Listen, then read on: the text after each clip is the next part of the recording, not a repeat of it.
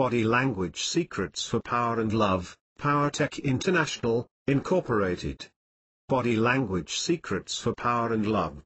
How to read and make body movements for maximum success. Top Secret Report. Brought to you by PowerTech International, Inc. This book can be distributed freely, as long as no changes are made to the contents. Share with your friends and on your website. Spread the power. The most powerful guided hypnosis course available. Introduction. Have you heard of the word body English? I remembered one basketball game when the sportscaster said, Air Jordan used a little body English to coax that ball into the hoop, as he released the free throw. He meant that the player moved his hips sideways, as if using mind control, so that the ball will go through the basket. Body English is just one of the myriad of examples of body language that we do and apply to our lives every now and then, consciously or unconsciously. What is body language? Body language is the unspoken or non-verbal mode of communication that we do in every single aspect of our interaction with another person. It is like a mirror that tells us what the other person thinks and feels in response to our words or actions. Body language involves gestures, mannerisms, and other bodily signs. Would you believe that in real-life situations, 60% to 80% of the messages that we convey to other people are transmitted through body language, and the actual verbal communication accounts for only 7% to 10%? Our ability to use body language in a positive way and to read other people's minds through their body language separates the men from the boys, or women from girls, and can be a powerful tool to our overall personality development. Imagine creating a great impression for work, business, and love by being knowledgeable in this not-so-common yet powerful field of study. It is the unspoken tool to a successful life. So read on and find out how you can read and utilize body language, the most used yet most misunderstood secret language in the world. Chapter 1: Reading the Signs. We use body language every day in our lives to get our message across, to achieve positive feedback in our lives, and to get whatever we want. We use this language all the time, but we may not be aware of it. Moreover, this language doesn't only involve the mouth but the whole body as well. Could you even imagine the awesome power of applying it? With it, you'll be able to interpret other people's inner emotions even if they're not directly expressing it. You'll also be able to modify your behavior to fit the situation. You'll get them to like and trust you. What words cannot do, body language can. In this chapter, we shall explore the various body gestures or movements conveyed by people in different scenarios. Let's begin. Suggesting interest. It is important to know if people are interested in what you are saying, otherwise, you are just wasting your time. Just imagine you are a chemistry teacher. You have always been interested in chemistry, so you assume that your students feel the same way as you do. But are they really interested? Are your teaching methods good enough to arouse their interest? Unless you can recognize the different body signals your students are conveying, you would never know how they are adapting to the subject matter. And unless you find out if staring continuously at you without blinking the eyes is a sign of interest or an indication of being in dreamland, you simply could not take the necessary steps to adjust to their learning needs. Here are some of the movements exhibited by people who are interested in what you are saying. They maintain eye contact more than 60% of the time.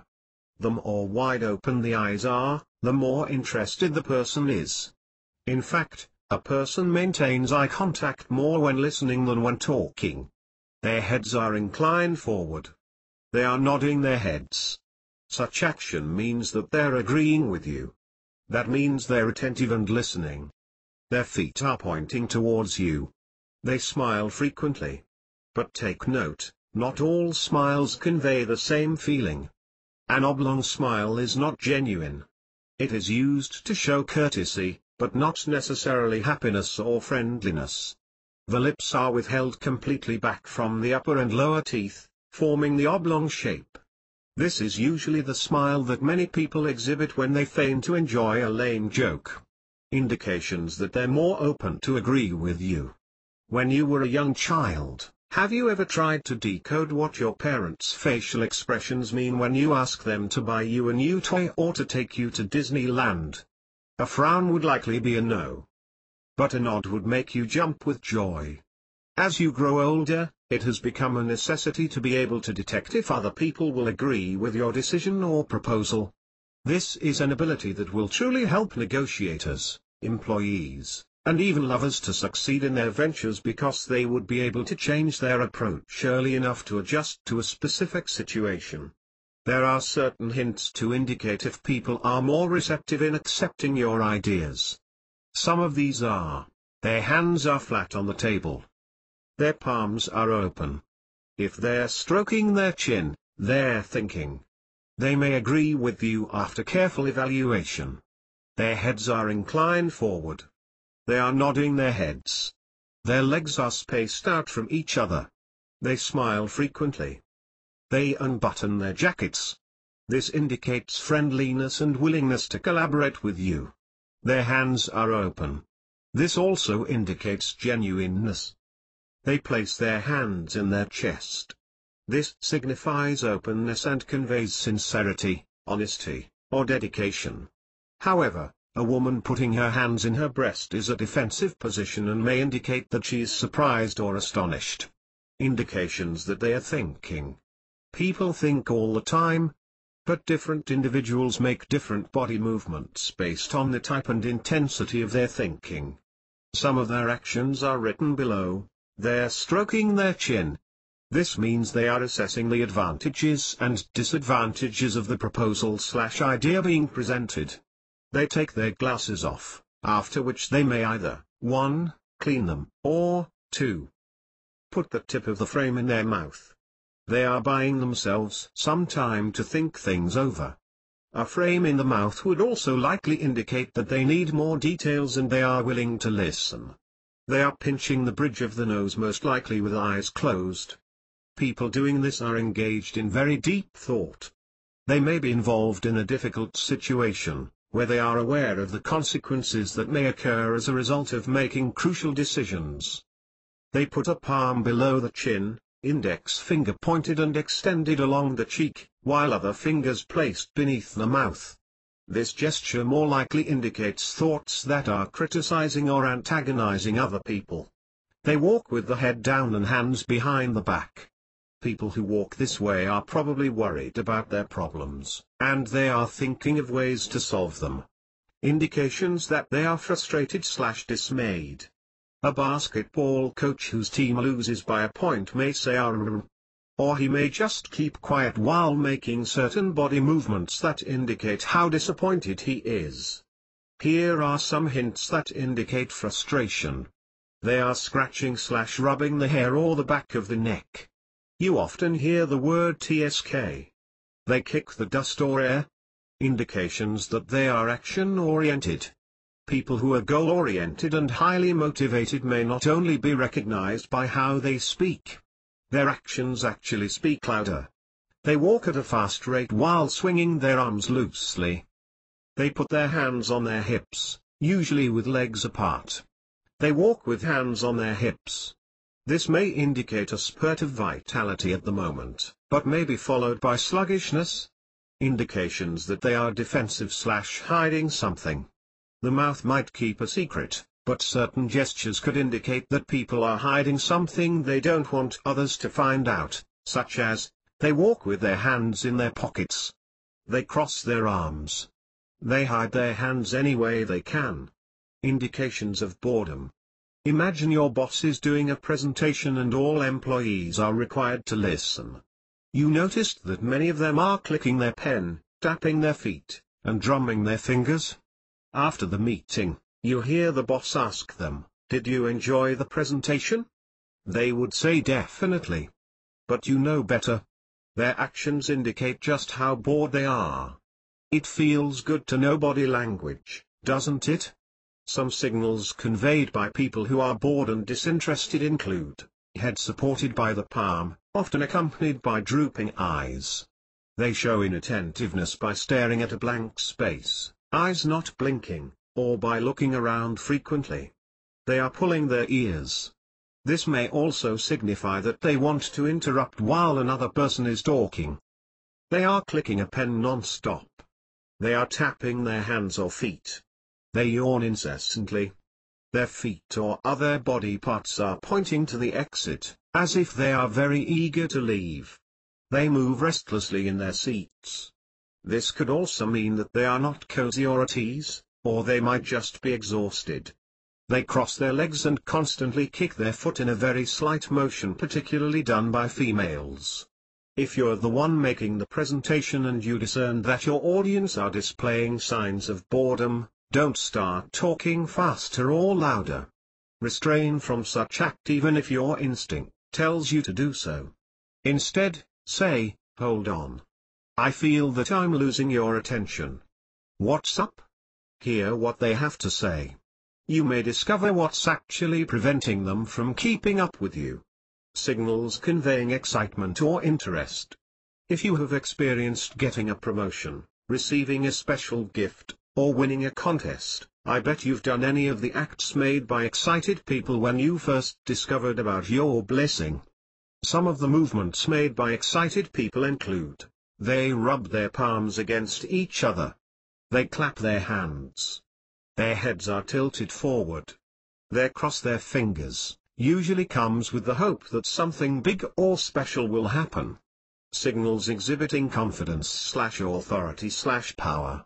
People with a high degree of self-confidence are normally more likely to be successful than those who have low self-esteem.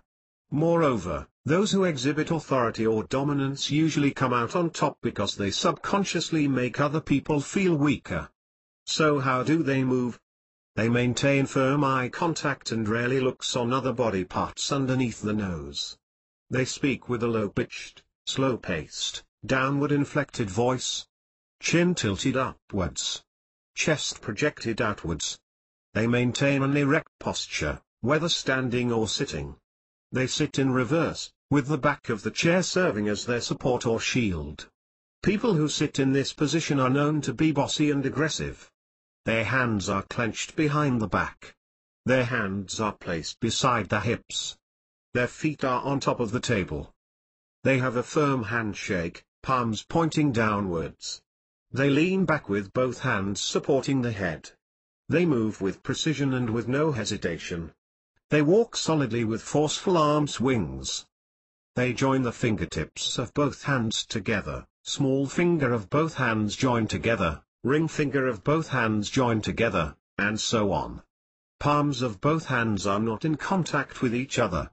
The higher the hands are elevated, the more confident they are. They extend one leg over the arm of a chair they are sitting in. When they do this, it may also mean that they are apathetic, disinterested, or unconcerned. They may be exhibiting the "I don't care" attitude. Moreover, you can declare your domination over other people by rising or elevating yourself from them. It is not unusual to see taller people being in control over the situation. Choose a chair or location where other people will have to look up on you. They will subconsciously think they are weaker and can easily be manipulated. Signals of anger/resistance. Many people rarely let their anger go out of control. They are more likely to restrain their raging emotions. You must therefore be able to recognize any gesture that signifies wrath or resistance to prevent any possible chances of the fireworks exploding. Here are some hints. Their fists are clenched. Their hands or feet are tapping. One hand is clutching the other hand, arm, or elbow. Their arms are crossed over the chest. Their eyes are blinking constantly. Collar pulled away from the neck, like letting some air in during a hot day in the summer. They kick the dust or air. Their arms are vertically placed on the table while the hands are gripping the edge. Beware when they do this because it might mean something like "you better get this done or else." Or "better listen or you'll regret this." Signals of nervousness/tension. Nervousness can be a turn-off. If you're going to be interviewed in a television show, hey, who knows? You should be aware of your body movements. Signals conveyed by nervous people include: their fists are clenched. Their hands or feet are tapping. The bottom edges between the fingers of one hand are clenched with the bottom edges between the fingers of the other hand. This is the position of the hands when praying. Hands are interlocked, flesh between thumb and index finger of one hand joined with flesh between thumb and index finger of another hand, and pressing each other. They speak in a high-pitched, fast-paced, stuttering voice. They whistle to conceal and fight their nervousness. They are often clearing their throat. One hand is clutching the other hand, wrist, arm, or elbow. Their arms are at the back, where one hand is pressing the wrist or arm. Their arms are crossed, but they are gripping their biceps. Their legs are crossed while standing. They have a wilted handshake, palms pointing upwards. Their eyes evade you. Their ankles are locked or glued to each other. When accompanied by clenched fists, this may indicate that they are holding back strong emotions or feelings. They don't smoke. What? You thought people smoke because they're nervous. But it is in fact the opposite. People who smoke only do so when they are not tensed in any way. When you hear them say "phew," it means they are previously nervous but are now relieved because their problems have been solved or they have survived a big challenge. Signals made when they are doubting/suspecting you. It's sometimes difficult to assume whether you are being regarded as a trustworthy person, or you are being thought of as someone who is full of nonsense. Here are some clues that may indicate suspicion. They glimpse sideways from the corner of one eye. They are rubbing or touching their eyes or ears. Their hands are tucked in their pockets. Their arms are crossed over the chest. Their glasses are dropped to the lower bridge of the nose, with eyes peering over them. This movement may indicate that you are being examined closely to the point that you get conscious. There's one act you usually do when you are the one doubting yourself, rubbing or touching your nose. This subconsciously occurs when you are uncertain of how to answer a critical question or when you are concerned of other people's reaction to your answer. Signals made when they need reassurance. Some people have this disorder where they feel that they are always making the wrong decisions. Should I really buy this? Maybe I should wait for a sale. Can I really get a better job after I resign from this company? These people do certain actions to reassure themselves that they have made the right choice, that everything will be okay. They stick a pen in their mouth. They squeeze the chunky part of their hand. They rub the back of the chair, while sitting. They clamp their hands with thumbs touching against one another. They bite their nails, in some cases. They touch their throat, for women. They jiggle the coins in their pockets. For those who are concerned about their riches. Here's what certain types of people would do when they want to reassure others. A woman gives reassurance to another female by holding both of her hands and sometimes hugging her. The facial appearance of the consoling female matches the solemn mood of the other female. A politician who would like to reassure you that he will be doing a good job when elected in public office would shake your hand with his right hand and cup it with his left hand. Indications of pride. People often show how proud they are of their material possession, for example, a car, by leaning against it or by touching it. You can see the sparkle in their eyes and you can sense the thrill in their voice. How to know when they're lying. People lie for a variety of reasons. It may be to cover up a fault or embarrassment, to avoid upsetting other people, to encourage when no hope can be perceived, or to be spared from petty hassles. It may also be due to more serious psychological problems such as delusional imaging or extreme vanity. Here are some indications that are conveyed by people when lying. They speak in a high-pitched, fast-paced, stuttering voice. They are constantly swallowing and clearing their throat. They try their best to avoid having eye contact. This applies particularly to people who want to avoid discussing a certain topic. They look somewhere else and glimpse from the corner of their eye. They stick their tongue out to moist their lips. They are blinking rapidly. They rub their throat. Their arms are crossed over the chest. They are constantly touching parts of their face, especially the mouth, ear, and nose as if covering them. They scratch their head or the back of the neck. Their poses are closed, descending, and insecure. Their hands or feet are tapping. They always look down with shrugged shoulders. They are constantly moving from one place to another or changing their poses. They are projecting parts of their body, feet, to an escape route, door. Don't jump to conclusions. Every person has a unique body language. Although silence usually denotes that an individual is reserved and relaxed, some people keep their anger within themselves and stay quiet. This is very unhealthy because rage kept up inside can explode furiously any time, causing serious casualties. A wide open mouth may indicate shock or astonishment for one person, while another person who performs this gesture could just be concentrating intently on a task he's doing.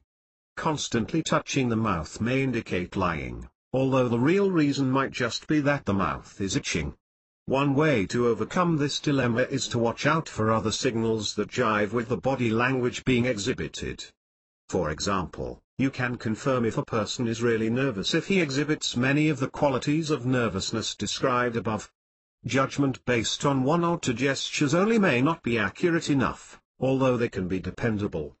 Be aware of the body language, but also combine your observations with the spoken words to get more hints regarding the inner feelings of another. Use this power to your advantage. Chapter 2 Mirroring. Who would you rather be with?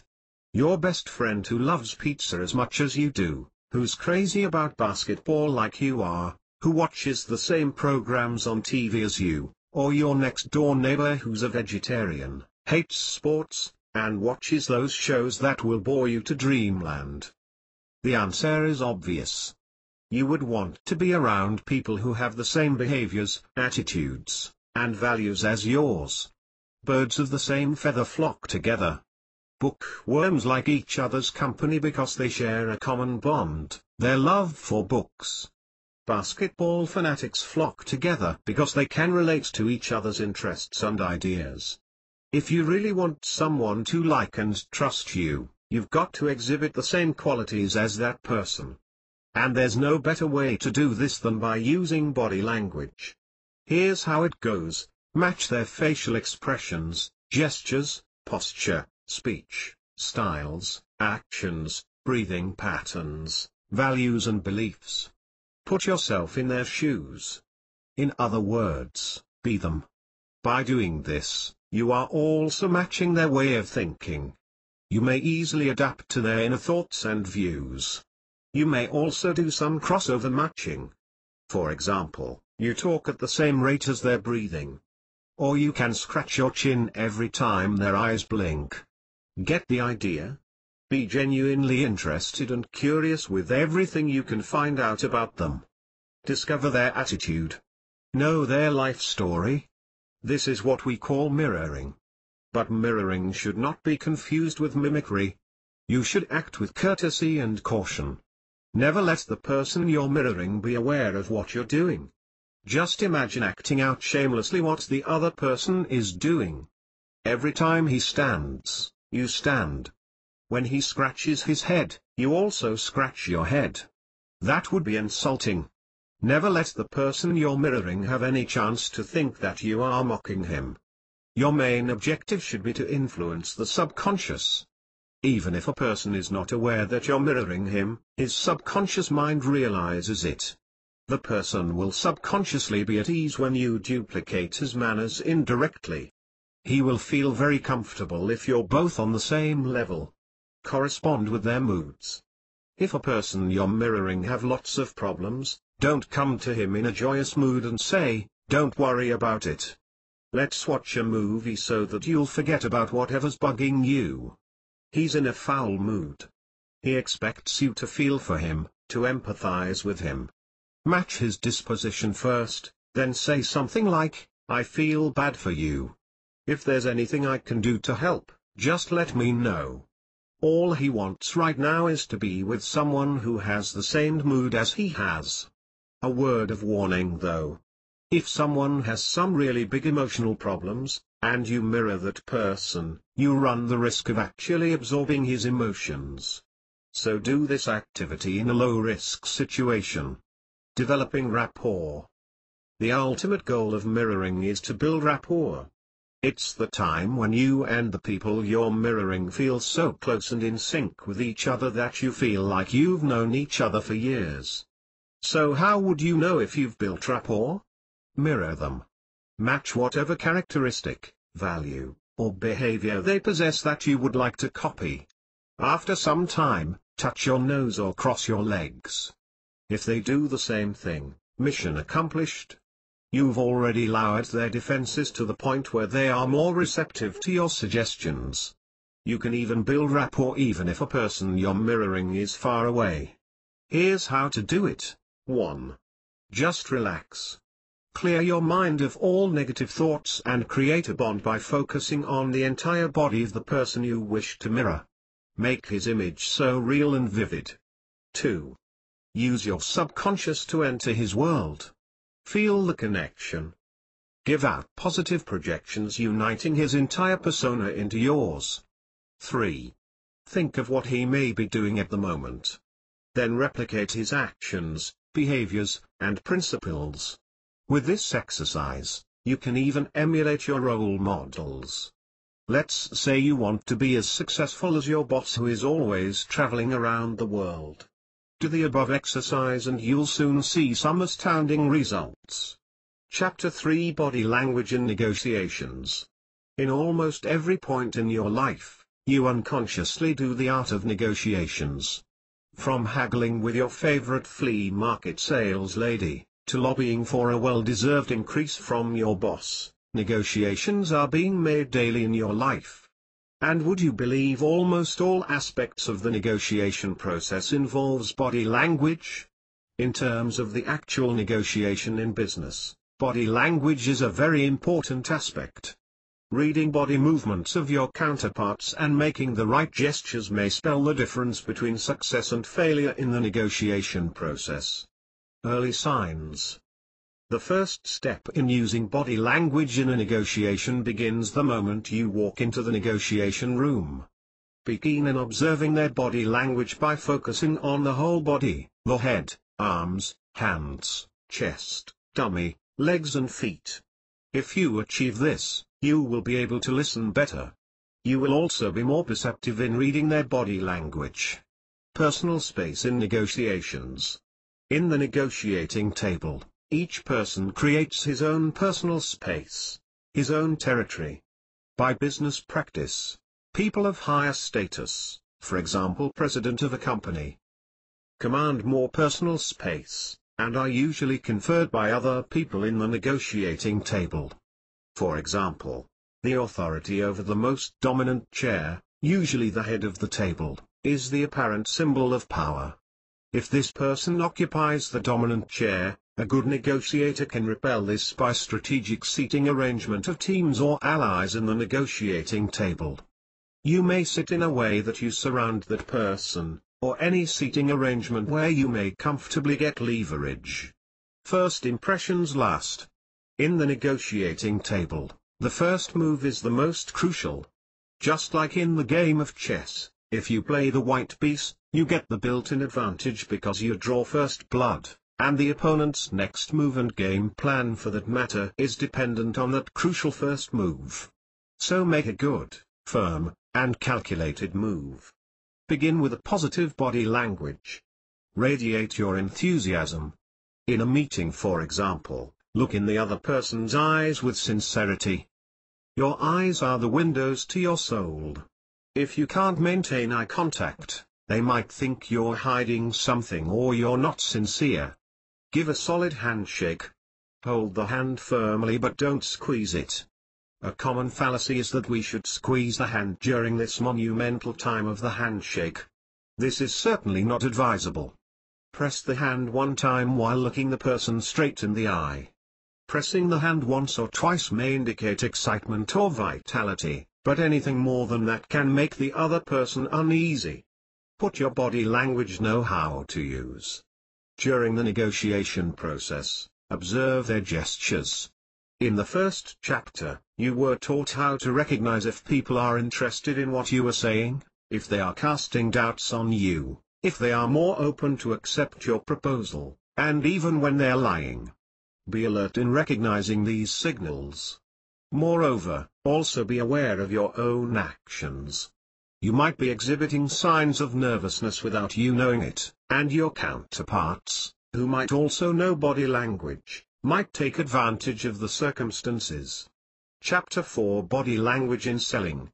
Studies in psychology tell us that the effect you have on others depends on what you say from the mouth, 7%, the manner in which you say it, 38%, and by your body language, 55%.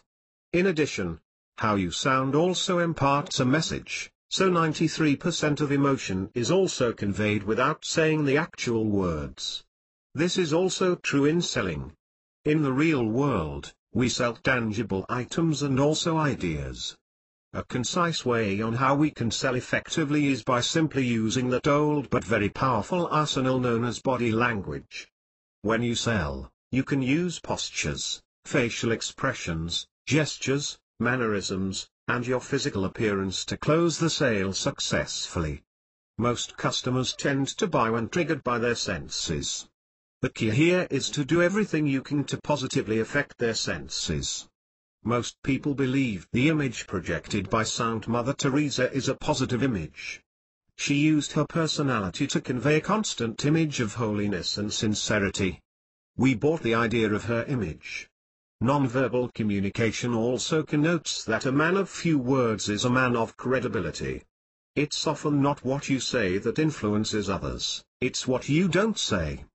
The signals that you impart using body movements suggest comprehension, disposition, morality, and compassion. In selling, the instant you meet a target client, he is already examining you based on your image and perception in a span of 10 seconds or less. This is a crucial moment in selling, as his first impression of you will definitely make a permanent mark. Whether you make or break a sale can literally depend on the nonverbal signals that you send during this crucial first contact. It's a must for readers of this book to understand the facets of body language, especially in selling. Americans, for example, are somewhat categorized as one of the best in reading body language, because they espouse thousands of nonverbal signs. This ability makes them formidable negotiators. In addition, women are generally considered to be more adept to body language than men because of their natural built-in instincts. Now you know the secret why some women are more successful than men in the business or professional field. As a rule of thumb, body language is being used most of the time all over the world. The most common example is a nodding head, meaning yes. But it is not necessarily the case every time.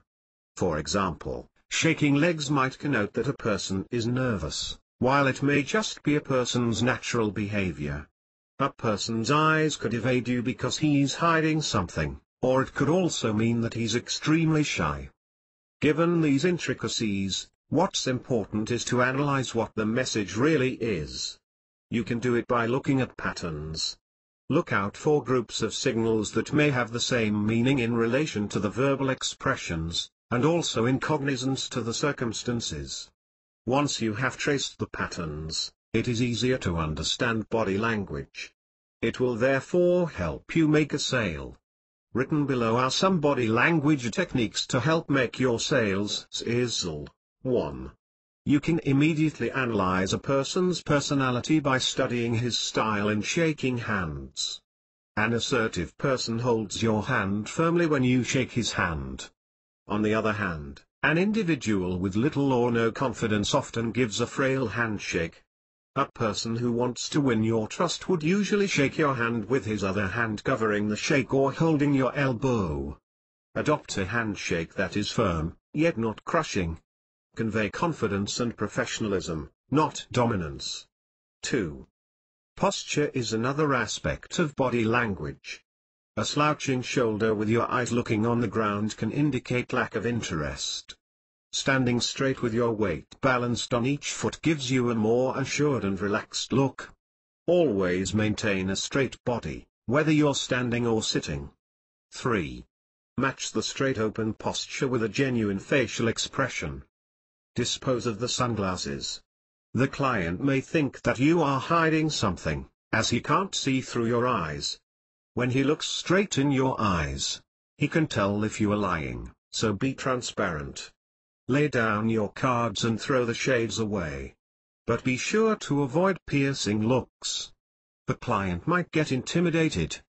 4. When doing sales calls and presentations, be sure to use sincere and open movements all the time. Do not cross your arms, as this can ruin the trust of your potential customer. The outward and upward gestures of your hands are recommendable. If you lean back on a chair and place your hands at the back of your head, it may drive your clients away, as this is a sure sign of arrogance and a false sense of confidence. Meanwhile, if you place your hands on your waists, you are exuding positive confidence.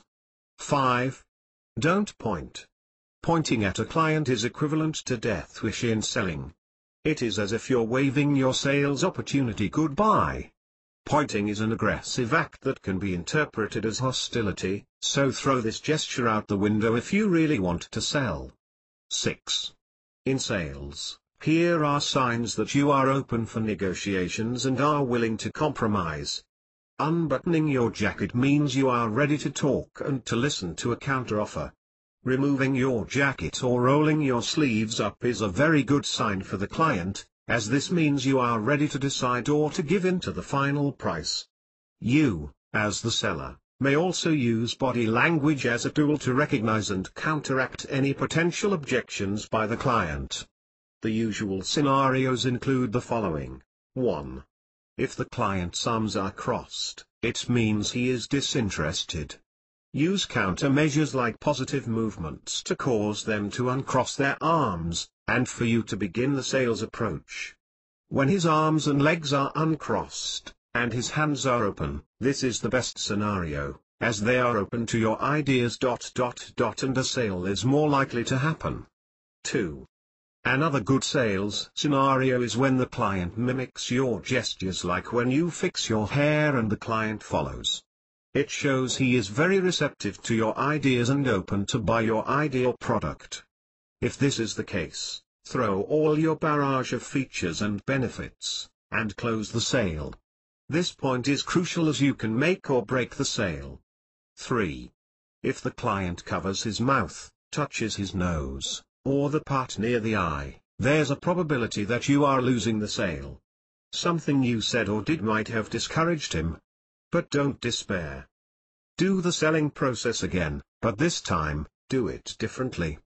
Reassure the client that he is getting a great deal and encourage him to open up and share ideas. Open your palms and unconsciously let him see you occasionally putting your palm to your chest. This signifies honesty. Then try to reach that positive sales atmosphere again and close the sale. 4. Always be alert to the signs the client is exhibiting. If the client shows interest through his body movements, give the final sales blow and close the sale. The client's body language may change from positive to suspecting. In this case, take it easy, gather your wits, read your client's moods, and try to win him back. Always exhibit openness and sincerity. When the client crosses his legs and arms, this is a warning signal. Use mirroring techniques, discussed in the previous chapter. You must make every effort to earn the trust of the client, so that you ultimately can close the deal. 5. In worse cases where you are unable to close the sale, try to be professional and diplomatic at all times. Thank the client for listening and shake his hand with sincerity. Sales cannot be achieved overnight, and you generally win some and lose some. Closing the presentation on a positive note will leave a good impression of you. Who knows? He might be your next positive client at some other time. Use your body every way you can in the selling process. Always be enthusiastic. If you truly believe in the high quality of your product or service, other people will be positively affected by your enthusiasm. Body movements can convince prospects to become believers in what you are offering. Chapter 5: Body Language in Job Interviews. Gone are the days when the job seeker has to write the handwritten application letter to earn that job interview. In this age of computers and cyber technology, most employers prefer applicants who apply online, and more job seekers are looking to the net for their job opportunities. But one thing remains the same: the body language of the applicant during job interviews and how they make the first impression as they step inside that interview room. Your type of person. Based on your body language, an interviewer may know whether you are confident or not, if you are the shy type or the friendly type, if you are a loner or a team player, or even if you are telling the truth or not. They can tell if you are capable of handling the job, if you are devoted, or if you're someone who can get along with other employees. Based on their questions, the interviewer will not only pay attention to what you say, but also on how you say it. The interviewer generally will find responses from you that match their qualifications. How you can decode the body language of your interviewer in relation to your own body language will determine the thin line if you get the job or not. Be punctual. This is the most important aspect of the job interview, arriving on time.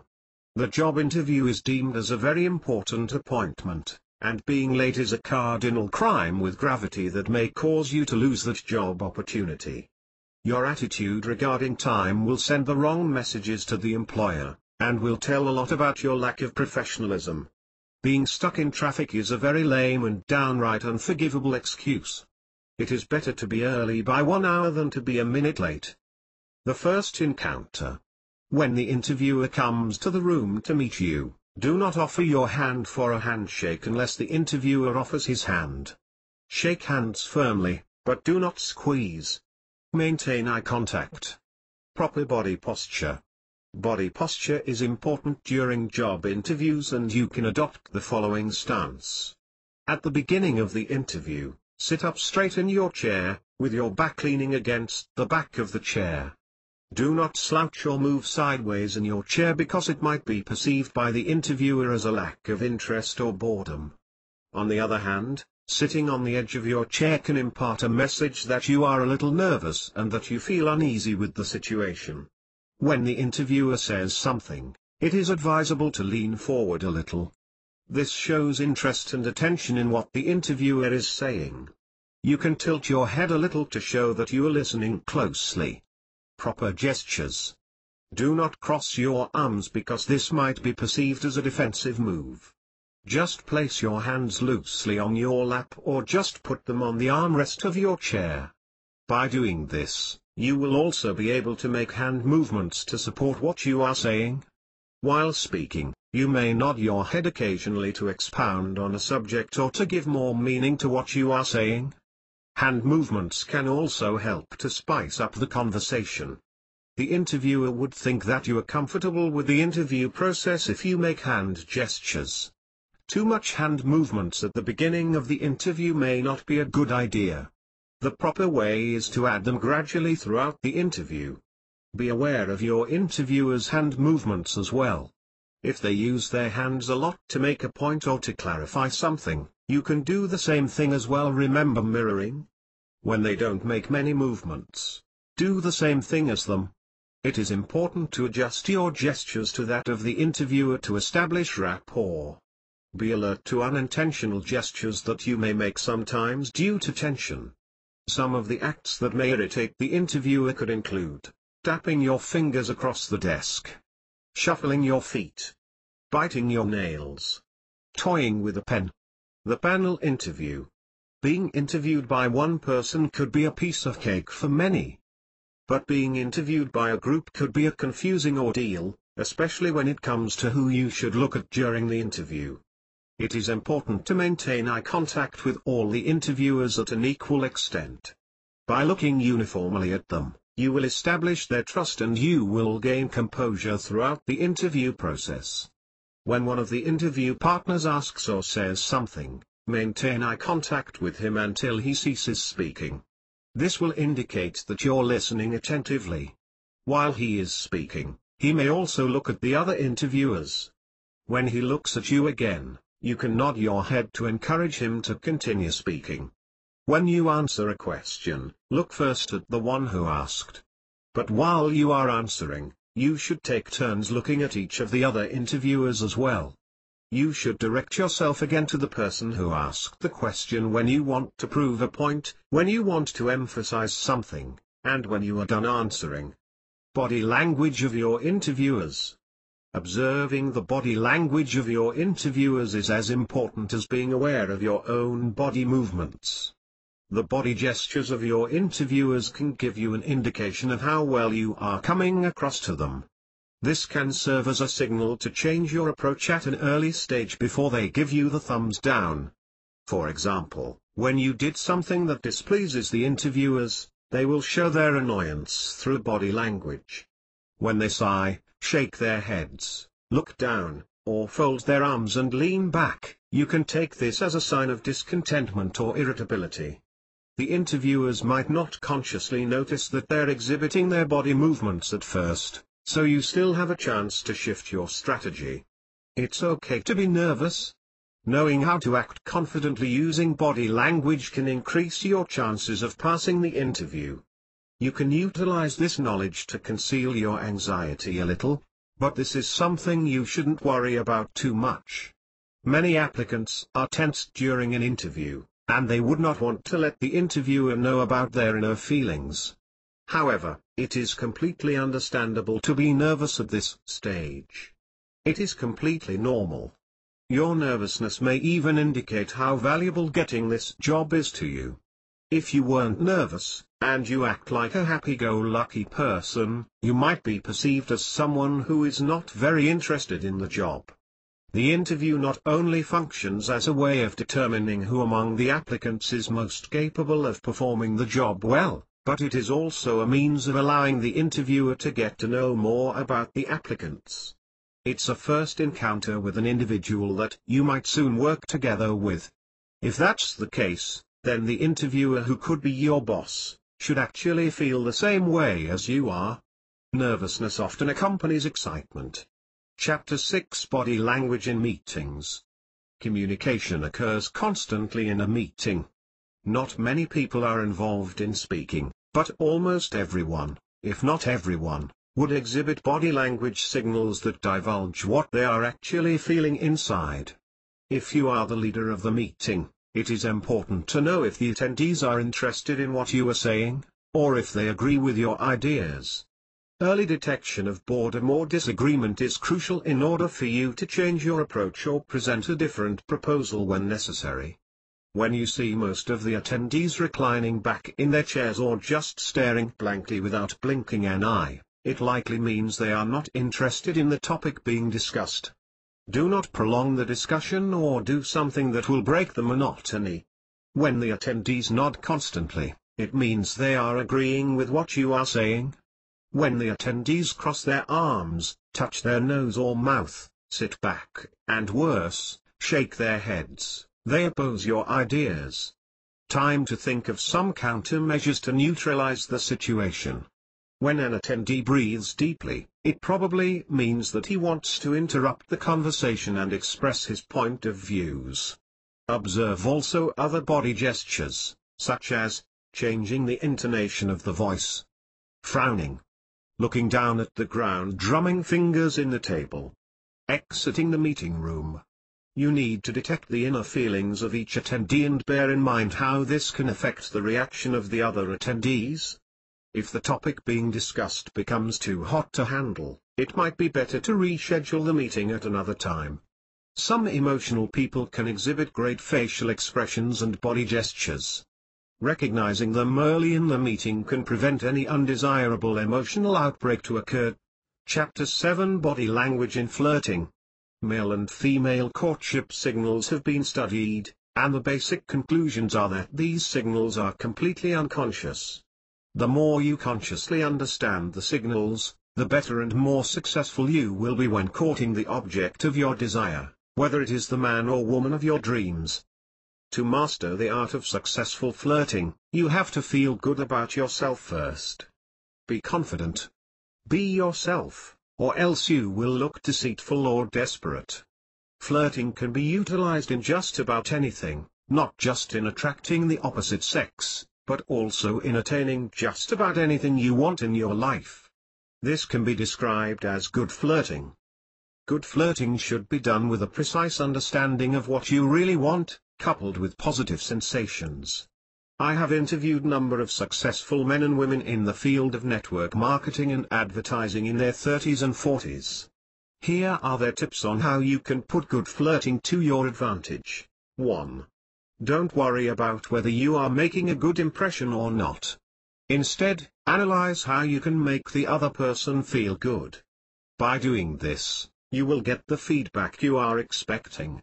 Soon you will make the connection. 2. Flirting can help you make friends or impress a client if you make yourself approachable. Put a smile on your face, as it gives you an aura of being friendly. 3. Remember that you cannot attract people just by sitting or standing like a statue. There will be instances when you will encounter a person who gets a little bit too close for comfort feel, or someone who makes you feel you are already invading privacy. No matter what you do, you would get a so-called vacuum reaction.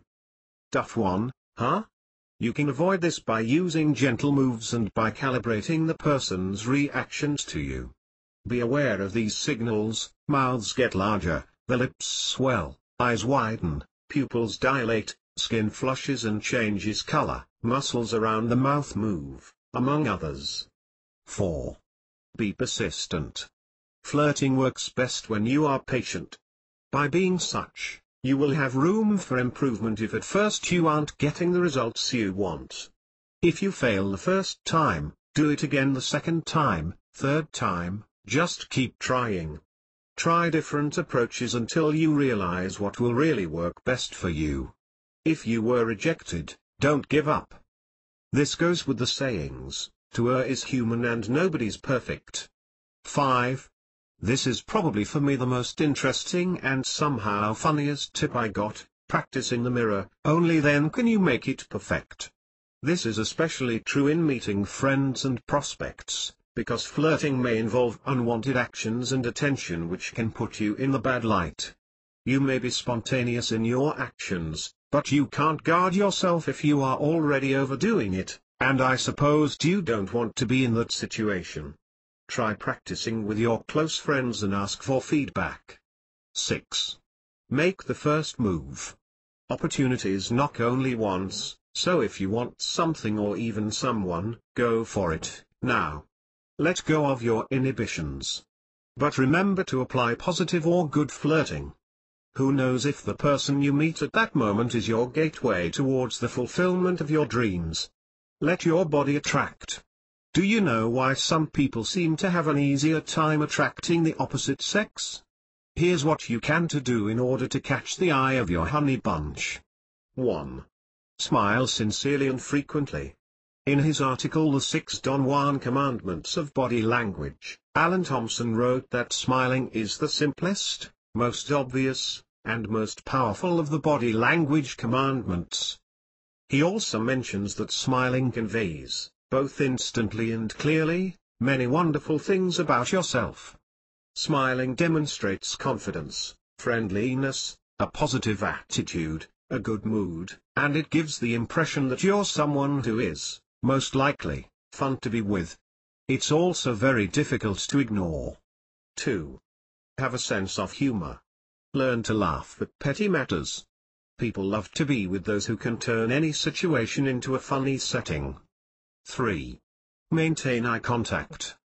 Your eyes are probably the most expressive parts of your body.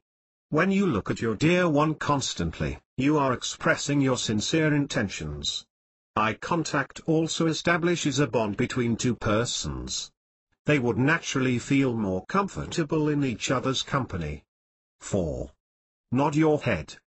By nodding, you signify your approval and you encourage the other party to continue talking. You give reassurance that your loved one is doing okay. 5. Be open, physically. Do not cross your arms across the chest or hold obstructive objects, such as a food, between the two of you. Put your hands on your sides, and if possible put your palms up, to convey openness. knowing if the apple of your eye is interested. Do you want to know if that special someone is interested in you as well? Let's assume you're a man. You see a gorgeous lady that made your heart beat faster. Look at her with extreme confidence, letting her know you are interested. Then wait for her reaction. She may be a bit shy to stare back at you, so it's natural if she shifts her glance. Here's how to find out if she's attracted to you. If she looks down and away, she's interested. If she looks to the left or right, she's not interested. Moreover, how will you know if a person is attracted to you just by observing body signs? A girl, for example, is flirting if she espouses the following body language. 1. Her lips show the way. She wears that big smile with her teeth exposed and with a relaxed face. She bites her lips or shows her tongue, or she licks her lips and touches the front of her teeth. 2. Her eyes show you everything. She looks at you with a deep stare and her pupils are dilated. She raises her eyebrows seductively and gives you a wink from a distance, or when she is talking to you. And of course, the most common one, she blinks her eyes more than usual and shows you that fluttering eyelashes. 3. She gets herself noticed by the stroking of her hair. She may push her fingers through her hair, twirl it around her fingers, or throw her hair back off her shoulders. 4. She shows a little more skin on her clothing. The hem of her skirt goes up a little further, exposing her legs, or she fixes her clothes more than usual to look a little better. 5. You can tell it from the way she sits. She sits with an open leg or crosses her legs in a manner where her thighs can be seen. Or her legs are rubbing against each other or against the leg of the table. 6. Her hands mirror how she feels. She rubs her wrists up and down in a suggestive manner. She rubs her chin or touches her cheek, and in a bold way may even unconsciously touch her breasts. She plays with objects on the table, fondles keys, or rubs a drinking glass in a flirting manner. On the contrary, how does a man show his interest in a woman? It's much simpler. Maintaining eye contact, smiling frequently, and exhibiting confidence through his actions are the main ways. Conversation openers. If you want to start a relationship, you've got to initiate the dialogue. Here are some great openers. If your special someone is a specialist, ask, "How do you?" Or, "What's it like to?" Ask about experiences, like, "Have you ever tried to?" Or, "Have you ever gone to?" Find out what interests your special someone. Give compliments in between conversations. Always stay calm and relaxed. Be curious and interested. Nod to signify that you're listening. Say, "Wow, great, I see," etc. The touch. A simple touch to the body can have 1,000 different meanings depending on how you perceive the power of touch in body language. It is a basic need to be touched. We definitely need to be stroked and have physical contact with other people to survive. As we mature, we continue to heed that need of touching and being touched. Touch can convey respect and trust, and is also a way to differentiate power between people. Touching as an ingredient of body language can be a powerful tool if done with finesse, with precision, and with accuracy. You must learn the art of touching in order to send your signals to the other person. Timing is important, as some people will react negatively if you touch them too soon or too much. It has to be done at the right time in a suitable way, or the result would not be one that you expect. Be keen to the circumstances and the mood. You can determine the appropriateness of your touch and your ability to adjust to the circumstances, by how your receiver reacts to it. If the person seems to lean or get closer to you, you've made the right move. But if the person seems to back off, this means you did not touch properly, so you have to make some adjustments. Chapter 8: The Importance of Communication and Body Language. Undeniably, communication is as important as life itself. It would be unimaginable how chaotic the world would be without communication. Even primitive people tried to find ways to communicate when things were much simpler then. In our modern and fast-paced age, its necessity is 1,000 folds over. There are varied forms of communication. Each form is valuable, non-verbal communication being one of them. One of the illustrations that somewhat resembles or falls under the category of non-verbal communication is the way the deaf and mute communicate. But probably, the most profound form is body language. It is probably the least known, not because it is the least effective but because it is the least noticed, yet it is one of the most practiced, subconsciously. We are all using it but we hardly notice that we're doing it. It's one of the most reliable sources of truthful information. Action speaks louder than words, and body language is the literal translation to this statement. If time is a factor in the delivery of meaning, body language may be the way to communicate. This is another essence of action speaking louder than words. Body language is made available to us naturally. It comes spontaneously. All you need to do is to know how to interpret and develop it to its full potential. Don't deny yourself this skill. Yes, this is a skill. And what you have just read and learned from this book will be beneficial to you in every activity you engage yourself into. Read this book over and over again if you have to, till you are comfortable with this new skill. Use this book as a reference and study other quality materials, view suggested readings, appendix. You'll be delighted you did. Remember to keep this in mind, learning body language from this book does not stop here. Experience is the key factor. Experience will sharpen your body language skills to greater heights and consistency. Body language may not be absolute but your degree of efficiency will certainly be high. Chapter 9: The most closely guarded secret of master communicators. How important communication really is. What is the difference between master communicators and the average Joe? Well, I'll tell you straight, master communicators live in a completely different level of power and accomplishments.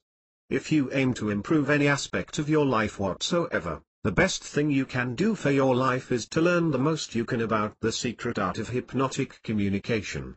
There's no way around it. Until a few decades ago, this kind of information was available only to insiders in certain secret societies. This is not a joke. Secret societies still abound today, and most top politicians belong to one or another. But thanks to one brave man, this knowledge has been unveiled to those willing to learn it. Pay close attention.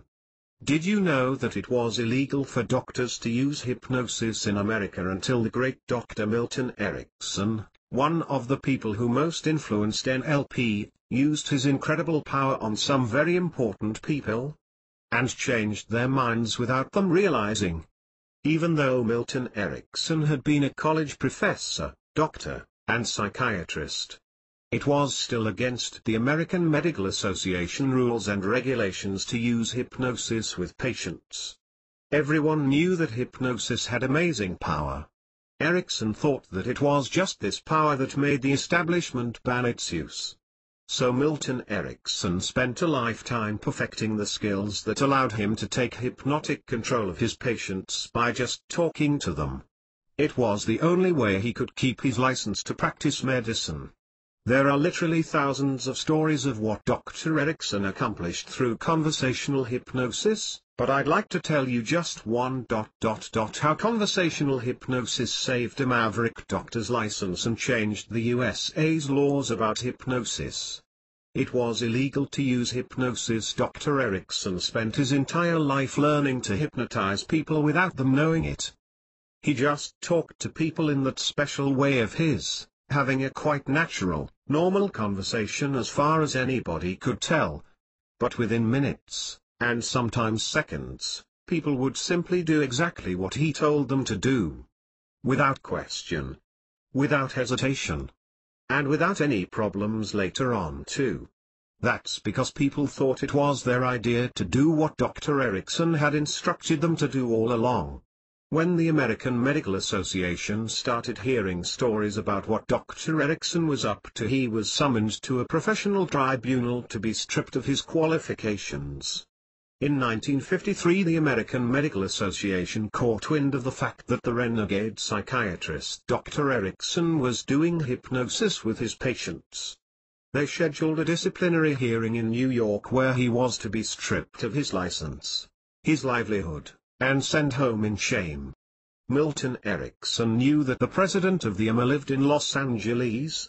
He found out when the president would be flying to New York, and he arranged to fly out with both the president and another board member. The atmosphere was strained and difficult for the first moments of the boarding and the flight. But soon the two board members started to have strong feelings of rapport and respect for Dr. Erickson.